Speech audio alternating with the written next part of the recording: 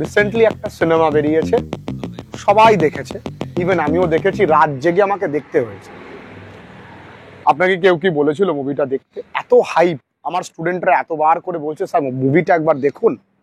ওই মুভিতে একটা ক্যারেক্টার ছিল গৌরী বলে, যিনি একজন এমন অ্যাসপিরেন্ট যে কিনা 6বার ইউপিএসসি পরীক্ষা দিয়েছে, 6বারই ফেল করেছে, কিন্তু তার স্টুডেন্ট মনোজ শর্মা তিনি কিন্তু তার লাস্ট অ্যাটেম্পটে আইপিএস পরীক্ষায় পাশ করেছে।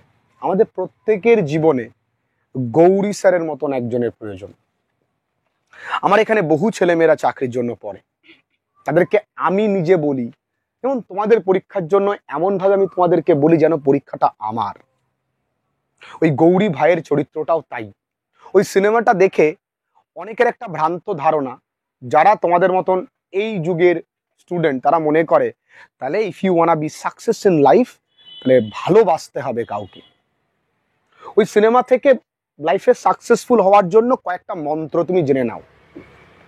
1 নাম্বার, কাউকে ভালোবাসাটা কিন্তু অপরাধ নয়।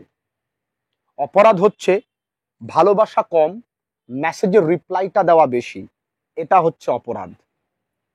ভালোবাসা কম, হোয়াটসঅ্যাপ স্টেটাসটা বেশি দেওয়া, লোক দেখানো, এটা হলো অপরাধ। তাদের ওই সময় এই হোয়াটসঅ্যাপ, ফেসবুক ইত্যাদি থাকা সত্ত্বেও ওরা কিন্তু ডিস্ট্রাক্টেড হয়নি, এই কারণে ওরা সফল হয়েছে। এবং এই পৃথিবীতে সেই ছেলেটা বা সেই মেয়েটা সফলতার চরম শিখরে পৌঁছায় যে সহজ সরল, যে সহজ সরল।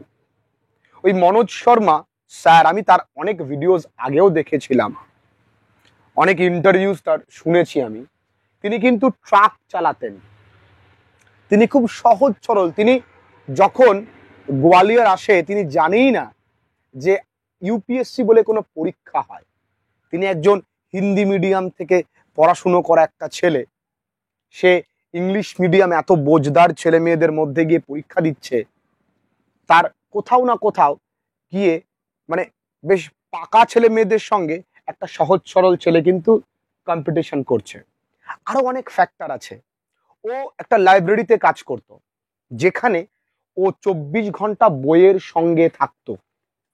আমরা 24 ঘন্টা আমাদের কাঁধে বইয়ের ব্যাগটা থাকে ঠিকই, কিন্তু হাতে থাকে মোবাইল ফোন।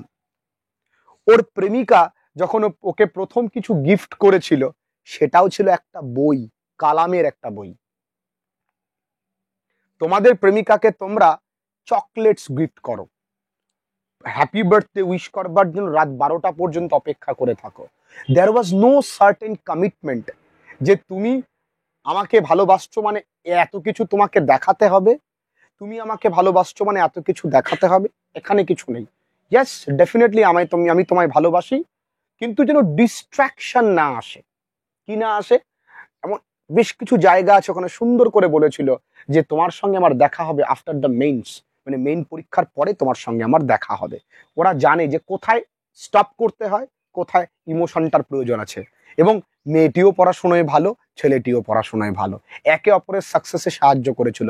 একবার ফোন করে জিজ্ঞাসা করেছিল যে একবার তো বল দো আই লাভ ইউ, বল দো मैं दुनिया इधर की उधर कर दूंगा। তো এমন কিছু একবার বন্ধুরা তাকে খুব পোকিং করেছিল যে তুই আজকে মেইন ফেল করেছিস, এই মেয়েটা তোর লাইফে এসছে তাই, নাহলে তুই মেন্স তোর ক্লিয়ার হয়ে যেত। ওই মেয়েটিকে অপমান করেছে বলে ওই মেয়েটি মনোজকে ডেকে নিয়ে বলছে তুমি না শুনতে চেয়েছিলে, চলো আমি তোমায় বললাম যে yes I love you, 3 magical words. Seriously এটা ম্যাজিক্যাল, যদি তুমি ম্যাজিক্যাল নাও। তো সেই দিন থেকে তার লাইফটাকেও চেঞ্জ করে, দিবারাত্র পরিশ্রম করে, যখন ঘুম পায় মাথায় জল ঢেলে নেয়, ওই অবস্থায় পড়াশুনো করে। You have to be mad, পাগল হতে হবে লাইফে সফল হতে গেলে। তোমরা তোমাদের ড্রিমটাকে ফিক্স করো।